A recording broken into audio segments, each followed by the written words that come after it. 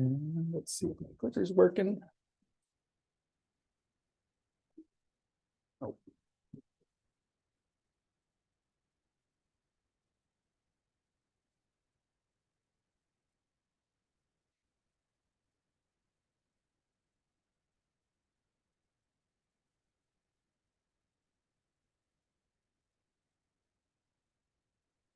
All right, try that.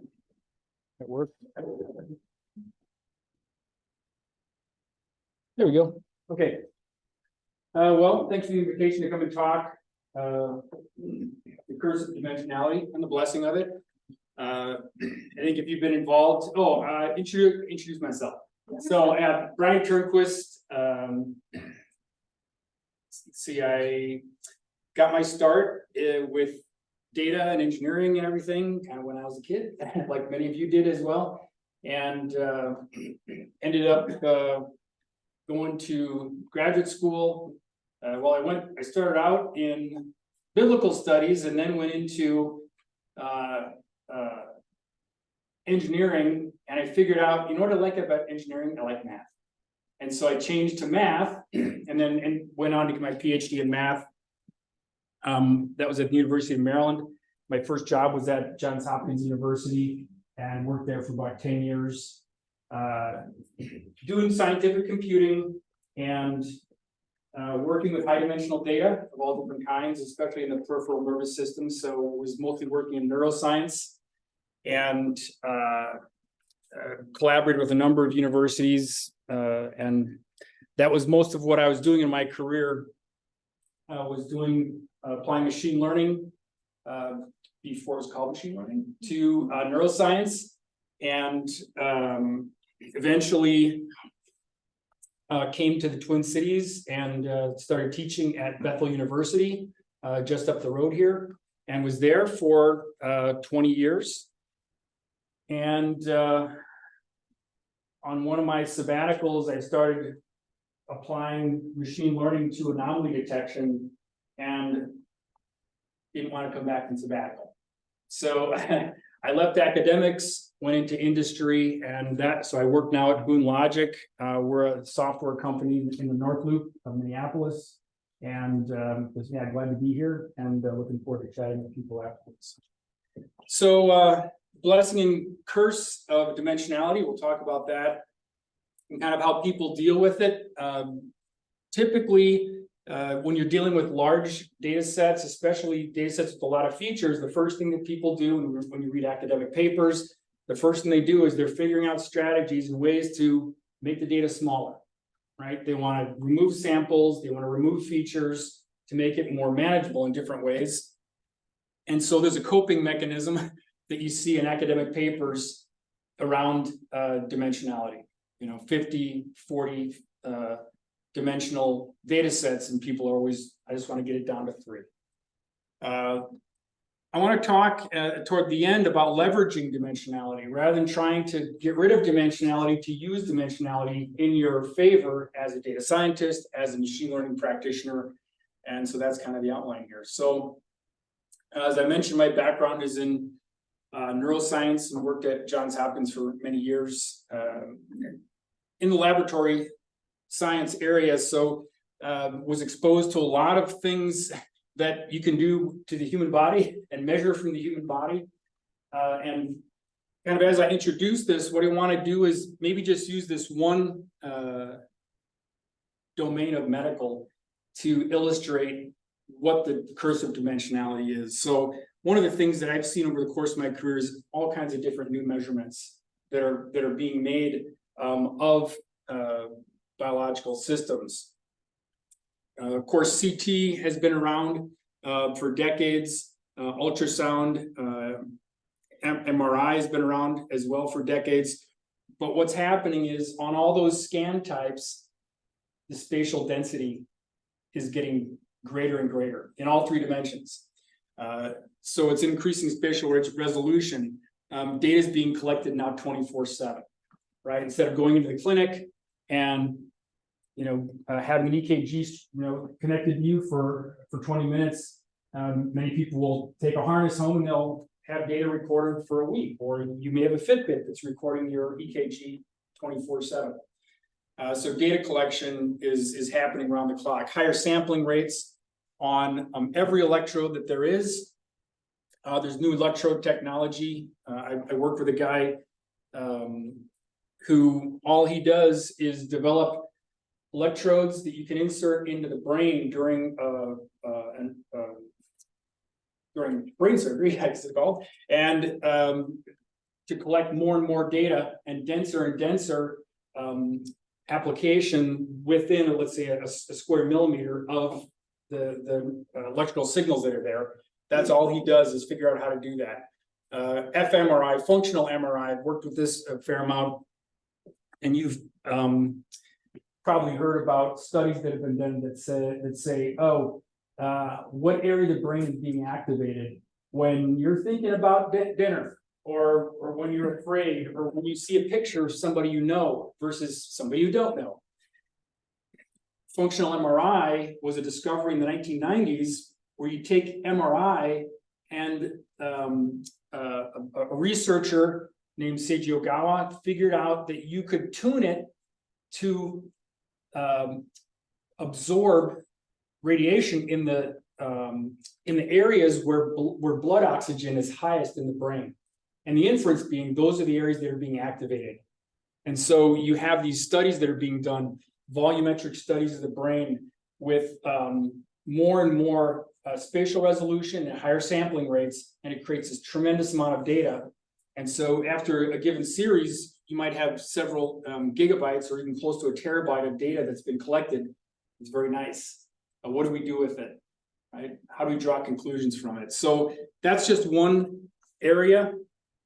Of course, cyber, IoT, fintech, communications, science, manufacturing, social media, whatever area you're involved in, you can probably think of ways that dimensionality is increasing. There's new features that are available for study, and sampling rates are increasing. So there's new measurements, increasing spatial density, increasing sample rates.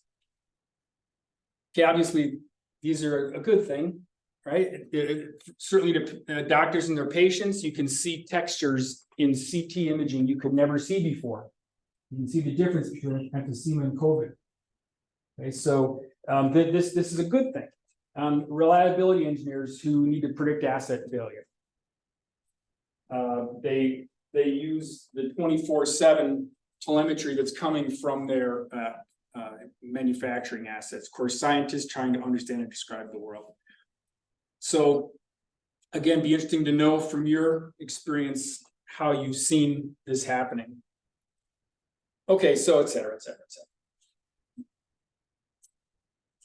cetera. What we're talking about tonight is that this is a curse resulting in an exponential explosion in data generation. And just one small soapbox I want to get up on here is exponential. So you hear this all the time on the radio and in politics and in the news. People say exponential to mean something that's growing fast.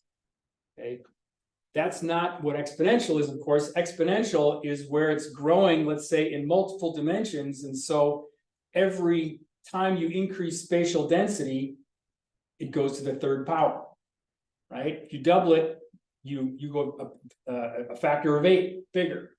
And of course, in many of these areas, you are seeing literal exponential growth. And the problem with exponential growth is that it's very hard to keep up with linearly growing compute technology and constant human cognition capability. Okay. Of course, data transport, storage, retrieval. We have customers that are collecting over a petabyte of data a year. Nobody's looking at that.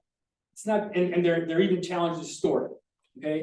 Okay, but they're collecting it, and that's what they wanted to do when they did their pervasive sensing initiative back in the like 2010s. They figured out how to collect all this data and store it. Algorithm usability and deployability becomes a challenge. So your favorite algorithm that you used back in the 1980s on a standard data set, strangely doesn't work as well now. Even though computers are faster and it should work better, can't keep up with exponential growth. And then the big one, it really exceeds the capability of human cognition. And so it's our challenge to try to figure out ways to draw conclusions from the data that we've collected. When that data is growing the way it is exponentially, it becomes very, very difficult. And so that's a kind of summary of the introduction. So big difference between doing analytics on 2D and 3D data and 50-dimensional data. 50-dimensional data. First of all, we can't visualize relations in 50 dimensions. It's pretty challenging in 4. We cannot see clusters of similar values. We can't easily see anomalies that are buried in 50-dimensional data. Distance-based clustering algorithms, you may have used principal component analysis, dbScan, k-means, KNN. These are all distance-based computations. If you think about what you have to do to compute a distance in a 50-dimensional vector, you have to subtract all the coordinates and then square the results and then add them all together and then take the square root. And so that 50 is a big problem when it used to be 3 or 4. And so all these algorithms are challenged by that. And so, of course, people are trying to use FPGAs, GPUs to solve this problem. It's good to get a better algorithm. That's what we'll talk about later. Is 50-dimensional data really that common? Yes, absolutely. All right, so just some examples here. Medical biomarkers have kind of alluded to this. CT imaging, typically your vectors are 1,024 dimensional vectors. Manufacturing, asset telemetry, vibration, temperature, pressure, RPM, thousands of samples per second, 5 to 100 dimensions. Ethernet packets, think about what's happening at a given tap in a network. Tremendous amount of data flying past that network point. Are you trying to do anomaly detection there? There's a lot of data.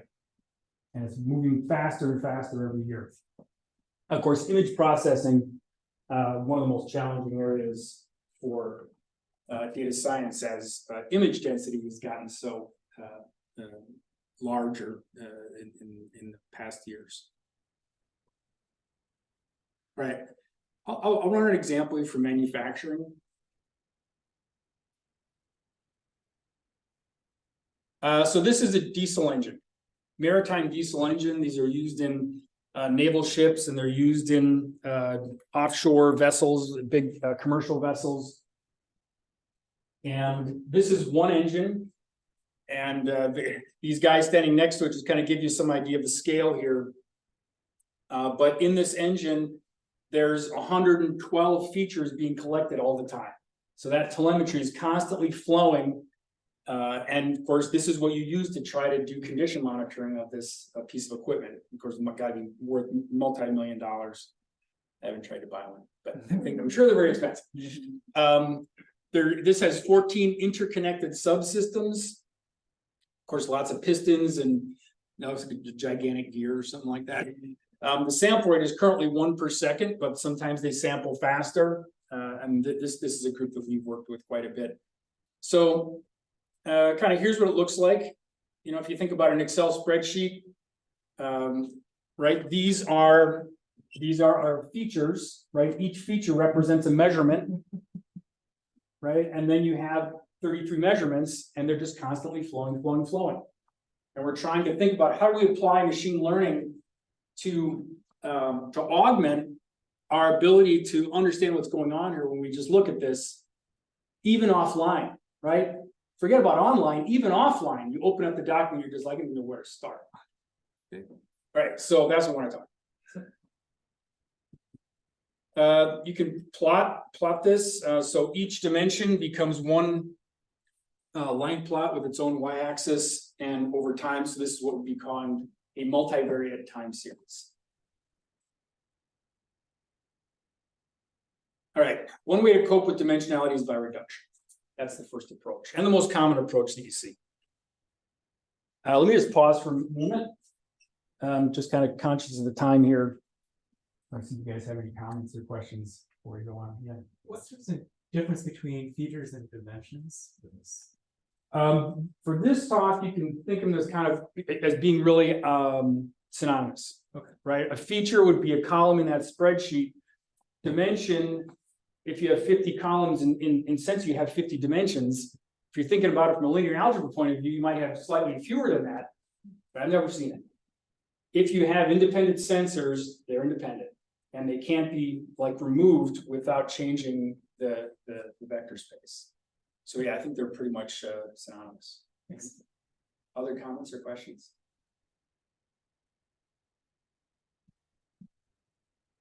Right, first strategy is downsampling. Let's put that little thing here. I can minimize it.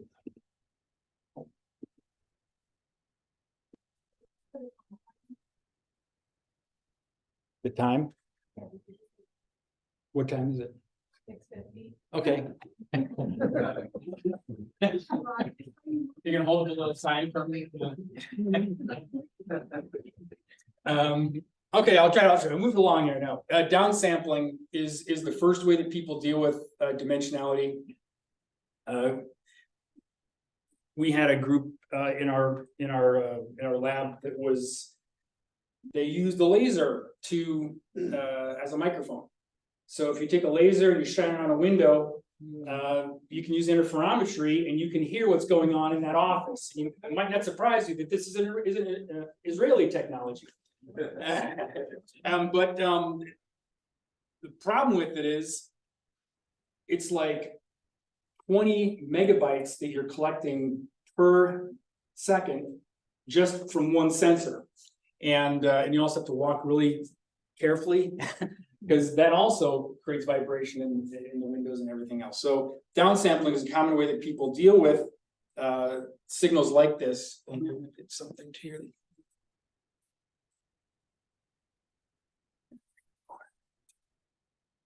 So there's kind of a sample waveform. So downsampling means we throw away fixed number of samples and then keep a sample and throw away a bunch and then keep a sample. And you generally do this at fixed intervals. And so if you think about all the red dots as the places where you've sampled, downsampled, here's the original signal, here's the downsampled one. And you don't see this because it's too much data. You see this, which is the downsampled. And that's not bad. We've cut this down by 1/10, right? Which is a order of magnitude. It's a big improvement if you're trying to do data science. Here's what it looks like with a 1/20th reduction. And as you look at this, you start to see some like, not sure that I want this. Because we don't want to get the wrong idea of what's up here by the reduction technique that we're using. Here's 1/50th, not really representative anymore of what was in the original signal. Aliasing, if you've heard of that, is a problem. Aliasing happens when you have a signal with extremely high frequencies in it, and you're sampling at a lower rate, or you're downsampling the original signal. It creates a false impression of what's there. So let me show you some examples. Here's the raw signal. Each dot, we're going to downsample by different factors. So here's a 9, downsampling by 9. And again, you don't see this because this is too much data. You see the downsampled data, and you get this idea that something's there that's in fact not there.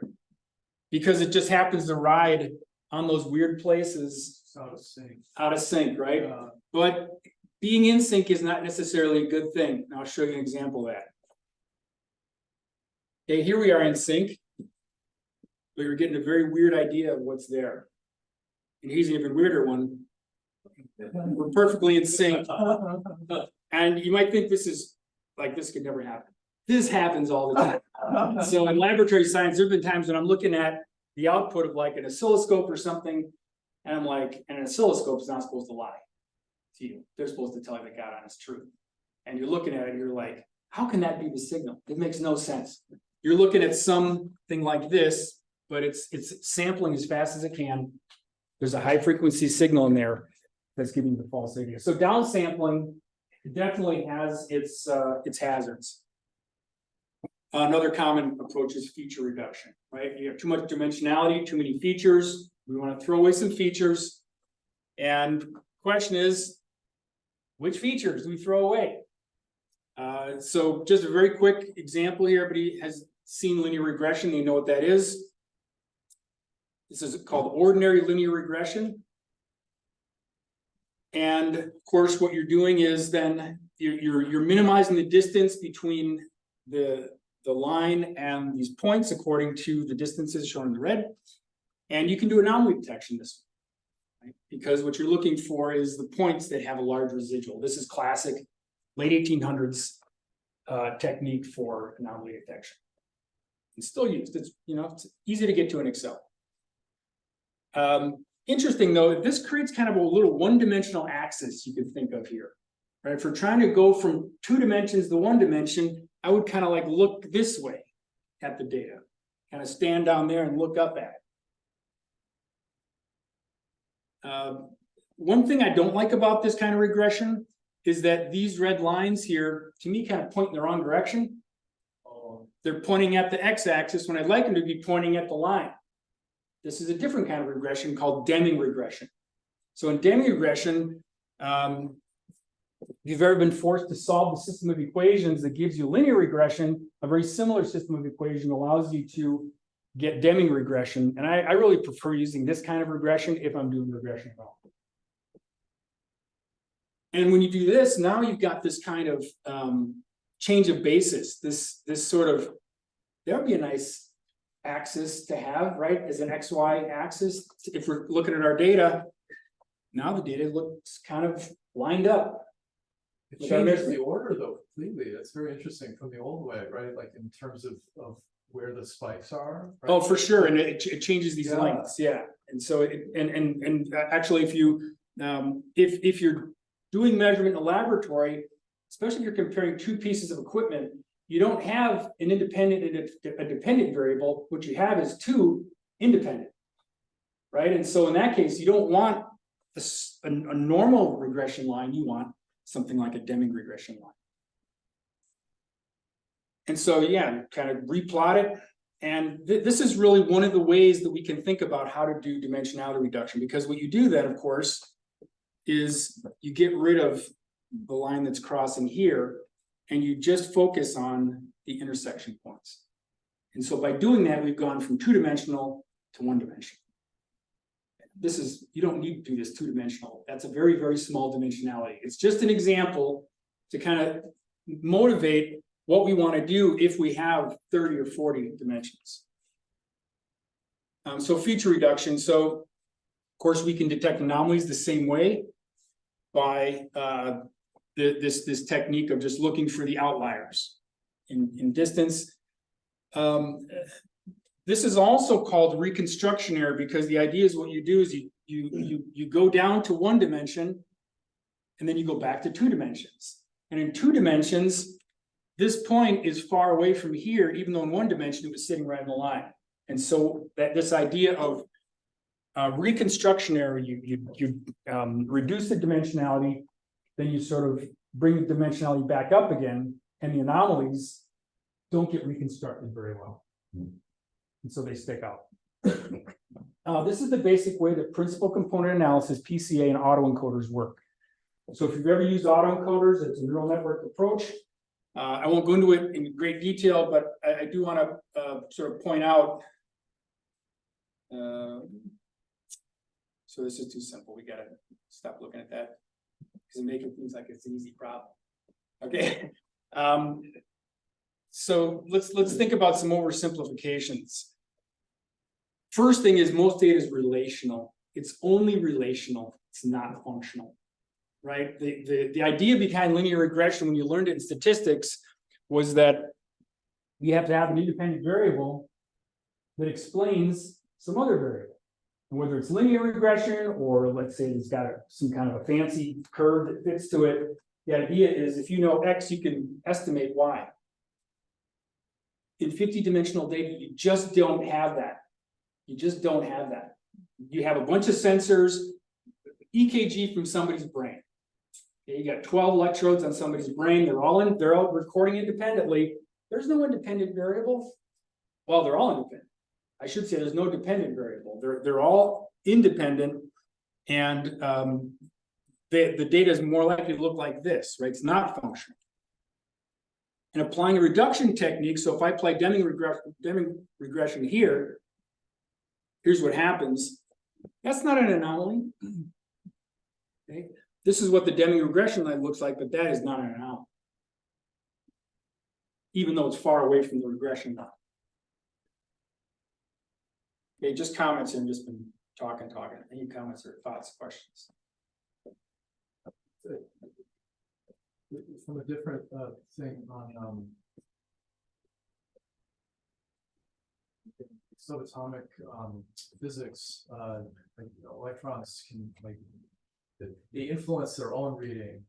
It's not even just like between data points. Like they have to do this thing called renormalization that deals with its own self-interference. Oh yeah, of like producing readable data. Yeah, so it's it's interesting. I mean, you want to think about an area of science where there's new features that are being measured every year. I mean, it's incredible what's happening in that field. So if we were to do the Deming regression and then drop the weak axis, you would go from 3 clusters down to 2 clusters, and you have the wrong idea of what's in your data. Okay. It's hazardous. Feature reduction is hazardous. Downsampling is hazardous. And of course, the other oversimplification is most data worth modeling has dozens or hundreds of dimensions. Also, the clusters that you find in your data, they don't look like those 3 nice clusters that we just saw. They're kind of like blended into each other, and some are close together, some are far apart, and there's often hundreds of them. Okay, so lots of complication, but it's also I look at it as an opportunity, right? For insight, as long as you don't throw away the insight that's embedded in your data, right? So, strategy 1, downsampling, not a good idea. Generally speaking, you want to record your data at the sample rate that's appropriate for what it's measuring. If you're measuring temperature, once per second is probably fine. If you're measuring vibration, you've got to get up into the megahertz range, or kilohertz at least. Reduced dimensionality. As I mentioned before, 2 different approaches here. PCA, you generate a covariance matrix, because covariance, if you're familiar with from statistics, covariance has to do with dependencies, right? So you have covariance between variables, and you use the covariance to figure out what are some of the ones that are kind of like doing the same thing. And I'm going to throw away one of the ones that's doing the same thing as the other one. This is why you use covariance. And the context of PCA, you use covariance, you push that into an eigensystem, and you keep only the dominant dimensions. And this is actually a version of what Deming regression is, but just in much, much higher dimensional spaces. And then autoencoders, which is a neural network-based approach. But they all have the same pattern that they follow, which is you start with your input vector. This is the one that the raw recorded vector. And you go to an encoding stage. In PCA, that encoding stage is a linear algebra matrix transformation. In an autoencoder, you're taking it from the input layer to a internal layer that has fewer nodes, and so you're not allowing it to keep the same resolution as it passes through the network. And so in that internal layer, the autoencoder tries to figure out how to get as much out from what's coming in with this limitation you placed on the inside. And so that's what's happening here in autoencoders. Then the decoding stage brings it back out to the same dimensionality that you started with. And you can see there's like a little greeny here. That's my way of saying it. It's not exactly the same, but now what you do is you measure the error between them. Okay, you measure the error between the input and the output. And for a well-trained autoencoder or a well-executed PCA, the vectors that come out that have big error are anomalies. Okay, because they were not represented in the training of the system. So comments, questions on that? Autoencoders kind of the flavor of the day in anomaly detection. What do you say? So you said that you were doing some of this stuff a lot before machine learning like had its term and stuff. So this looks similar to, is this something that basically is the basis and prior to the idea of neural nets, right? Where it has. So this is an application of neural networks that have been around. Neural networks have been around since, well, they've been around since the 1950s. Sure. But they kind of go in and out of style, and they're definitely in style now. Sure. Okay.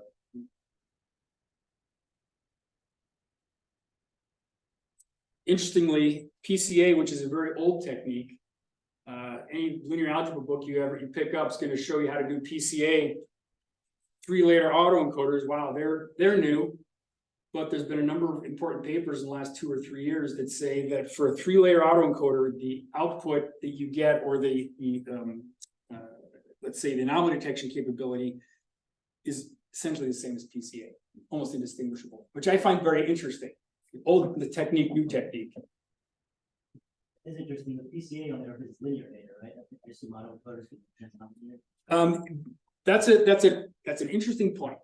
I think what these papers, as I read them, are saying is that the 3-layer autoencoder really is representing linear relationships because it's only 3-layer. What the authors of these papers are saying is if you have an autoencoder that has like 5 layers, you can encode fancier features than just linear. Yeah, and that they didn't really have any evidence for that because that's not what they did. But I think we may see that. I'd like to see it demonstrated, but it certainly makes sense. Did they relate that to manifolds and embeddings or something like that? They did not in the paper. Yeah. All right, let's get to my unbiased. I think dimensionality should be leveraged, right? Not fought against. Right? You leverage it to tell you more about your data than you could know without it. So just a simple first example here. Here's 2016 vectors. There's 50 clusters here. And you can make them out visually if I just kind of rotate this a little bit. You can literally see, you can see where they are, right? If you could sit back and you could count 50. There's 50 of them. Okay, so it's just complicated enough to be worth looking at, but not so complicated that we can't get our mind around it. Here's what happens when you downsample. You see the problem? I don't see any clusters anymore. Okay. This is why I don't like downsampling. Because downsampling lies to you because you don't know what's in the original data. All you see is the downsampled data. And you can spend months working with downsampled data, not knowing that there's clusters in it. Because the downsampling removed all that coherence. If it's a really strong cluster too, if they're really tightly packed, I would think I would exacerbate that issue. They would do something gone. You'd really miss it. Yeah, no, okay, here's the effect of feature reduction. So if I go from 3D to 2D using principal component analysis, again, you see the problem. We kind of like glom clusters together and we kind of lost definition that's really there in the full dimensional space. Cluster separation is lost. All right, so just a little review. Avoid downsampling and avoid feature space reduction. All right, so segmentation. The goal of segmentation is to start with all the blue clusters and turn them into different color clusters, right? So that you have this sense of coherence where you've identified these are grouped together. If I were to look at this, this is a scatter plot, of course, but if I were to look at this as 3 values in a XYZ spreadsheet, all the ones in here would be kind of like the same. And the ones over here would all be the same and they would all be different from those. That's what it's all about. That's what clustering is all about. Within each cluster, you should see similar patterns. Between clusters, patterns should be quite distinct if it's being done right. And so you can kind of see the clusters in there, and that they're not just differentiated to the eye, but an algorithm has actually separated them into different classes. All right, so generally speaking, what you do is each cluster gets assigned a number. then that number is used to represent that cluster. So that the next time a vector comes in, maybe from live data, it says, oh, that's cluster 47. I've seen that before.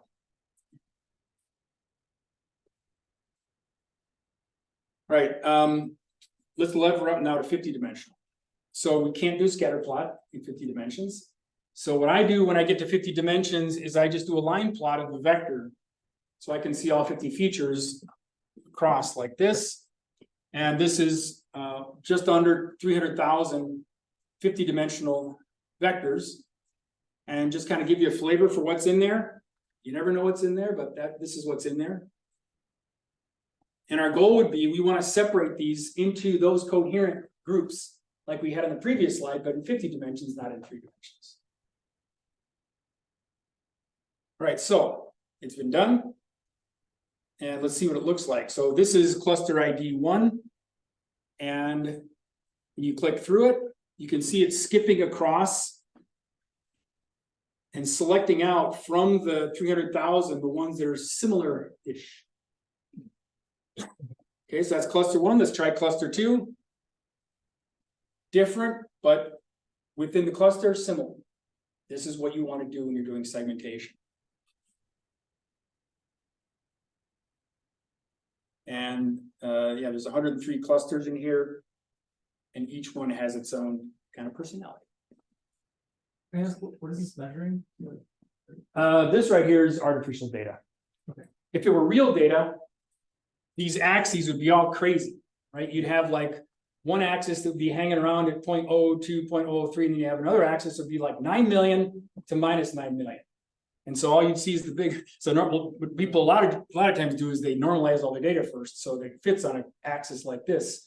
I don't do that either, because it takes computational time. It's all about the algorithm.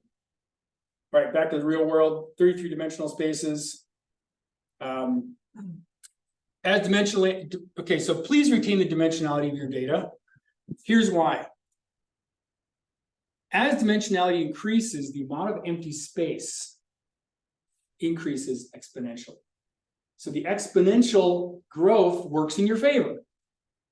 You think about from a line to a box to a cube to, do we know what this is called? From the Avengers? Oh, Tesseract. Tesseract, yeah. There you go. So this is a 3-dimensional projection of a 4-dimensional cube. And somebody figure out what that looks like, and God bless that person. But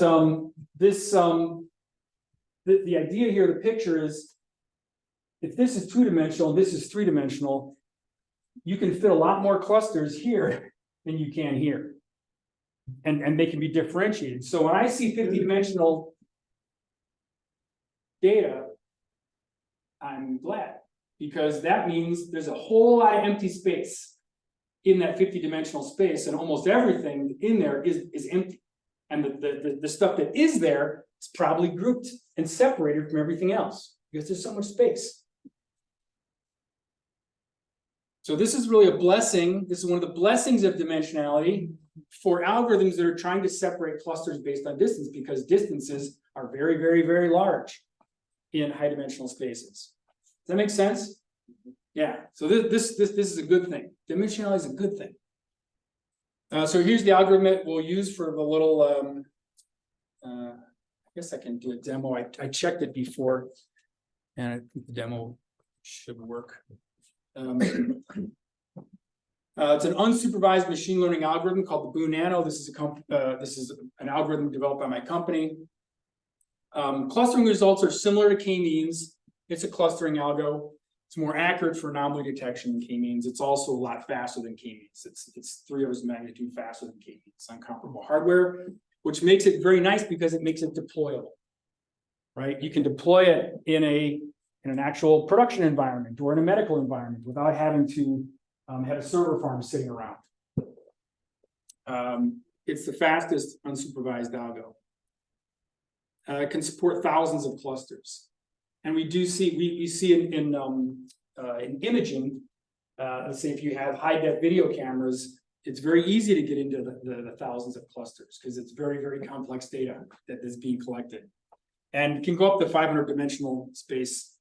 It can actually go higher than that, but you know, one of the programmers said we got to set a limit on it. So I said, all right. Option for self-configuring parameters. A lot of every algorithm has hyperparameters that kind of determine how the learning happens. This has an option to self-configure. We have a demo portal coming in January that will allow you to go in and just make an account and just use it for free. It's very fast, very efficient, doesn't cost our company any money for you to go in and do it. So I can demonstrate that if we have time at the end. I'm just running in super user mode right now, but they're getting the user account set up. And if you give me your email address before you leave today, I'll send you an email. Once it's ready, you can go on track. So it's clustering based on mean distance to the center of the cluster. Yeah, it's building centroids, it's building clusters around centroids. Do you do anything automatic, whatever, about like the unit of each feature? Yeah, so like if you're talking about the mins and maxes, The sort of scaling of each feature. the scaling of each feature, You got vibration, got temperature. Yeah. Yeah. it's built into the algorithm during the training process. Yeah, which is the kind of normal thing you would do is you for each feature you figure out what the min and the max is, and you scale the min and the max. So it does that automatically. The trickier part it does is how granular do you want your clusters to be? Tight, or do you want them loose? And there's a little bit of black art in that, because sometimes it's not a simple answer, but we have some ways to do it. And there's ways to do it with k-means as well. But I'm not here to sell the algorithm. I'm just telling you this is one we're using. So here's how the algo works. So you set this percent variation allowed within each cluster. So what you're saying is, as you think back on the picture with all the clusters in it, I'm going to allow just so much distance from the center of the cluster. And if there's any more distance than that, I'm going to form a new cluster. This is the algorithm in a nutshell. You set a percent variation, or you let the algorithm set it automatically. First vector in the data set is always cluster 1, because there's no clusters yet. Then the second vector, row 2 from the spreadsheet, comes along. Is it within percent variation of the cluster that we just put in to the model? If it is, that goes in there. If it's not, form a new cluster based on that, et cetera, et cetera, et cetera. And what happens is you build a model of a segmentation model that does exactly what you want, keeps things close together in the same cluster. Things that are far apart are in different clusters. Plus you have a sense of distance that's inherent. So here's what it looks like in real time. So that data that we were looking at from that diesel engine had about 60,000 samples in it.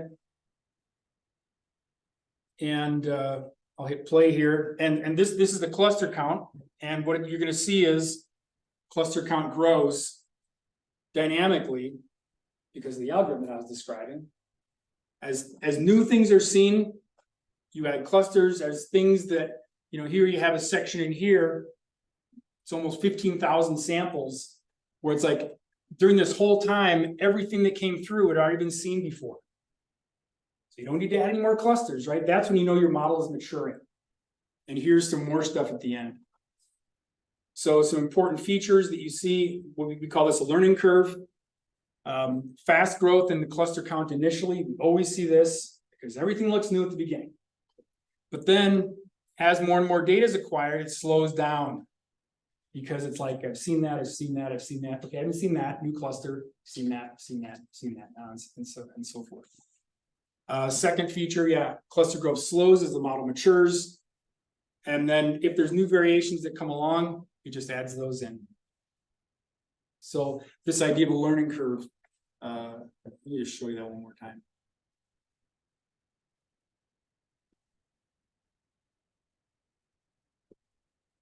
I was confused by the bigger bumps later.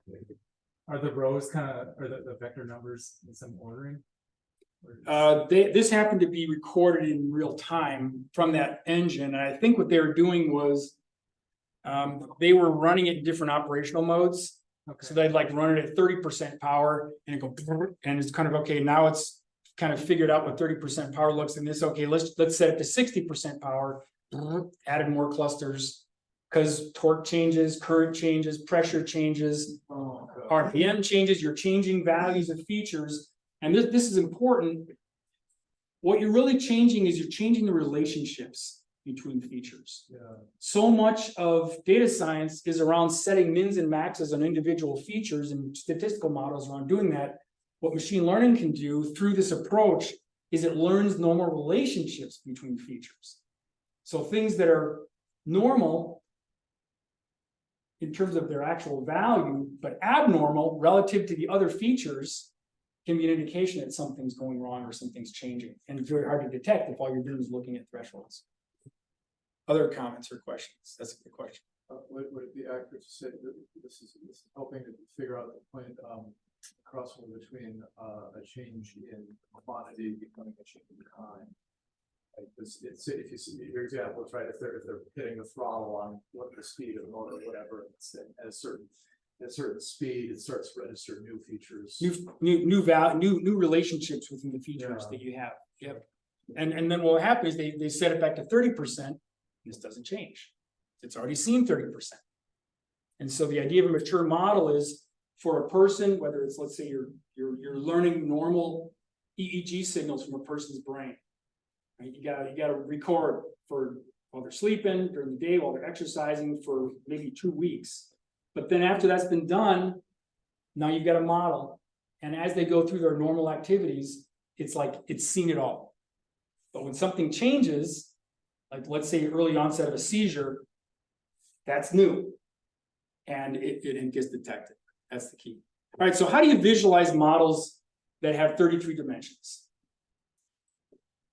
It's not that easy, but you'll get better at it after if you worked with it for a while. The first thing you do is, in that previous example, we generated 56 clusters. Each cluster has a size. Each cluster has a size. And so here's a cluster, this is a log scale here. Here's a cluster here that just has 2 elements in it. Here's one like here, cluster 21, that has about 1,000 rows from the spreadsheet as it were in it. Okay, so if you were to look at this right here, this is pretty typical behavior for the engine to have based on those features. Here's one that's over 10,000. This one's even more common. So you actually have this idea of probability. How probable is it that I would find this relationship between these sensors on this particular asset based on the training? If you saw this, you'd say, that's weird. Even though it's in the training, it's still weird. And this is a question people often ask that who are new to our technology or to unsupervised machine learning in general, is they say, well, what happens if there's anomalies in the training set? Does it learn that those are okay? It learns that they're there, but they're still anomalies. Okay. If it's happening 1,000 times in the training set, it's really not an anomaly. That's a normal part of the operation of that. If you don't like it, you got to fix your asset. I try to say it in the nicest way possible. So this is the first way you think about what you've created. This 33-dimensional model with 56 clusters, mostly spread out in space, not close to each other at all. And this is where we get to this table. So between any 2 clusters, there's a 33-dimensional distance between the clusters. And in case you can't see that, I'll zoom in a little bit. Of course, the distance from cluster 1 to cluster 1 or cluster 2 to cluster 2 is 0. So we always have zeros along the diagonal. It's a symmetric matrix because distance is symmetric. But you look at the distances, and something like a 5%, cluster 1 and cluster 2 are relatively close together. But here's one that's like a 28%. That's like way out there relative to cluster 1. But maybe there's something else that's close to. There's something that's close to right there. And so you have this very, very, very rich store of information created from the distances and from the relative counts that are there. It tells you a lot about the data source, whether it was a person, piece of equipment, whatever it might have been. Well, I'm almost done here. What can you do with this model? High accuracy anomaly detection. using both the distance and the probability axis. So you have two different axes. If you were at my talk at Applied AI last spring, I talked about these two axes of anomaly detection and how different they are and how important they are. You don't want to just think about one of them. You want to think about how unusual is it and how far is it away from the model, which are two different things. An ongoing compliance score. This is an interesting one because your trained model was trained on what you would consider to be normal data. And so when you're running, you can sort of say, well, how much am I like the training? And as things change, you'll get this compliance score changing, going down. And when it does, you can actually figure out which features are implicated. So it's not just telling you, hey, something's wrong somewhere. It's saying something's changing and it's happening on these features. And a lot of times that's all that's needed for a clinician or let's say a reliability engineer who understands gas turbine generators to know kind of what's going on and what they should, like what, parts they can take, what they should put in the toolbox. You can use the ideas to derive operational mode. As I was kind of giving the example in that learning curve, this is what it looks like at 30%. Here's what it looks like at 60%, 90%. And so those IDs, as they repeat over time, without even going out to the asset, you can figure out what it's doing based on its operational mode IDs. Also, this is an interesting one. You can provide meaningful labels. Okay, so supervised machine learning requires a person in the loop, sometimes called the Internet of People, because it's slow. It's as slow as people are. So, like if you go back to the example of medical, you can build an unsupervised machine learning model of all the different clusters that you would see in a pulmonary CT scan. But those are just numbers. That's a 1 and a 2 and a 3, and you've got the counts and you've got the distances. But I want to know, is this fibrosis or not? Well, what you do is, as you recall, each ID represents a typical waveform. And all the waveforms in that cluster kind of look the same. So what you really need to do is, if you have 115 clusters, get a radiologist, or actually about 5 radiologists, and they need to go in and agree, okay, this is fibrosis, and these are the IDs that we see with fibrosis. You just build a lookup table. Okay, so that's called semi-supervised learning, because it starts off with an unsupervised machine learning stage, and then you have a domain expert go in and label it so that those meaningful labels can be kicked out next time. Those labels work as a dictionary. Like a dictionary lookup, yeah. And honestly, I think neural network classifiers are superior to semi-supervised classifiers. I just say that they're superior, I think, in terms of accuracy. And they don't work. It doesn't work on the same principle. I won't go into that right now, but you can see how this could work. And obviously, it does work. People do this. They call this nearest neighbor classifier, right? You get something you haven't seen before, and you say, well, this isn't like anything I've seen before, but it's very close to that cluster. Well, what did that cluster get labeled? Okay, that one got labeled at the scene. So let's see if it might be that. In your algorithm is so fast because you only go through the data set once. It's a single pass algorithm, yeah, and there's some other fancy stuff in it. Yeah, this is my last slide, last bullet point. Other questions, comments? What's the key in normalizing data that is like qualitative and basis instead of quantitative? Yeah, you don't like that kind of data. So what we would call categorical data is problematic because it doesn't have a linear order associated with it. Think about any of the features in that 33-dimensional data, it has an ordering associated with it.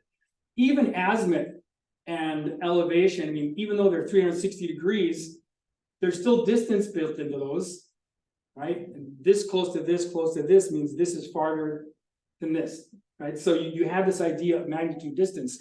But if you have red, blue, green, and yellow for different colors of shirts that you're trying to sell in your store, And non-ordinal. Now they're non-ordinal, right? And so what people do is what's called one-hot encoding, which is like you say, here's my blue shirt feature, here's my yellow shirt feature, here's my So you make it binary. binary, and then it's just like a 1 or a 0 in there, depending which one it is. I hate that.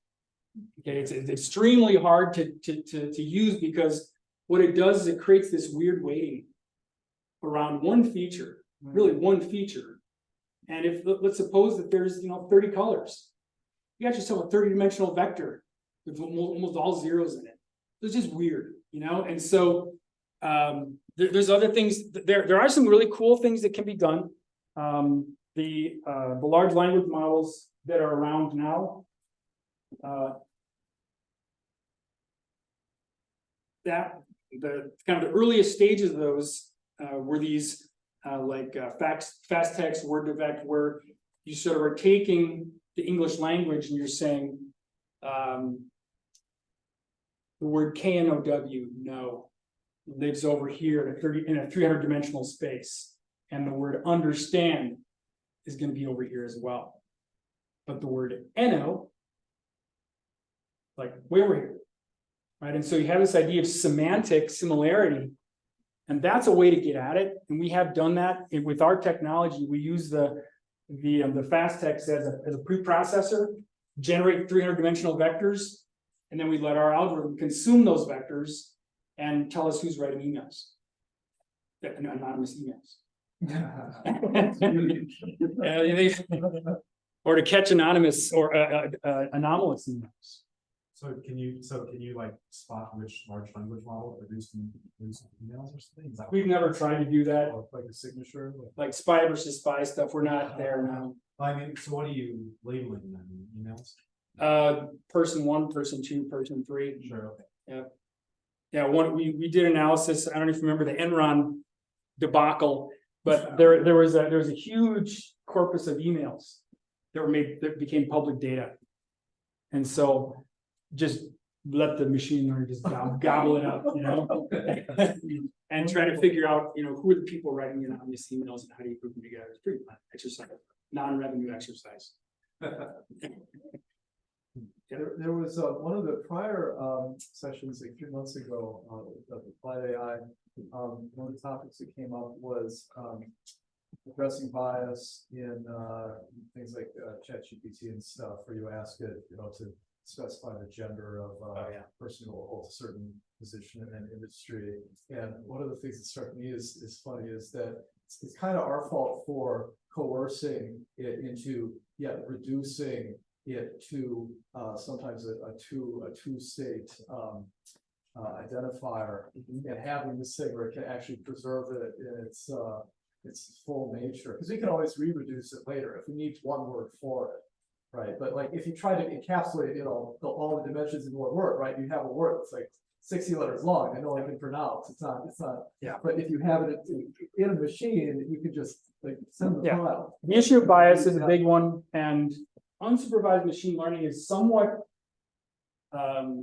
immune to a kind of bias, because what it's doing is learning from example. It's not being told this is emphysema, or maybe that person doesn't know what emphysema is as well as somebody else, or maybe there's really 3 different diagnoses, and they're calling them all the same thing. Whereas unsupervised machine learning avoids that bias because it'll naturally split them into clusters. And I've seen this in medical, where your data comes out and it's like, well, that's a C fiber, that is also a C fiber, and the algorithm is saying those are different, those are not the same.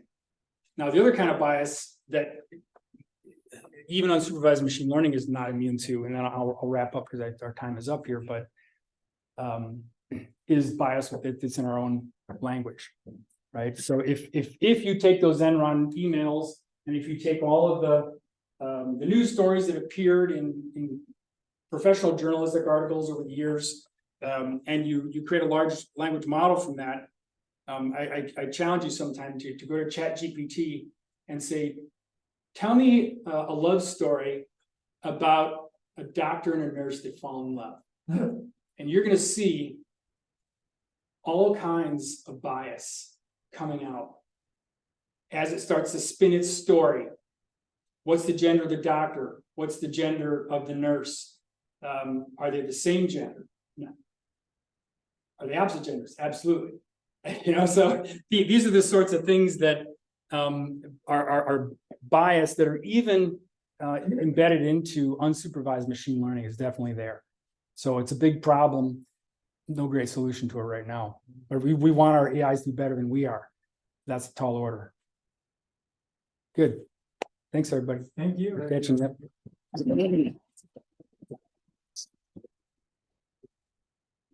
Brian, we're done. Okay. Thanks for coming. Stay tuned for what's coming.